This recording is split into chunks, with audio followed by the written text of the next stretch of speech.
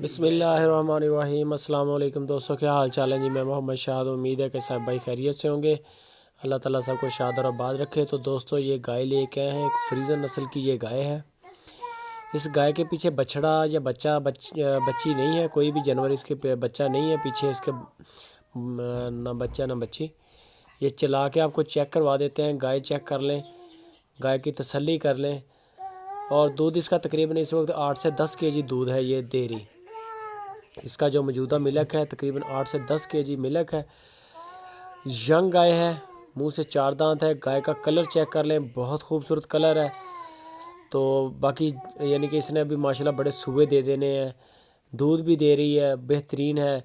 Location बता दें कि खुशाब सिटी जवार भाई हैं, जवार भाई के पास खुशाब सिटी में ये गाय अवेलेबल है। अगर हमारे किसी भी भाई को ये गाय पसंद आ जाए तो आप जवार भाई के साथ रब्ता करें, उनका कॉल नंबर ऊपर चल रहा है। आपको वो मज़ीद इसकी डिटेल भी दे देंगे कि क्या सूरत हाल है।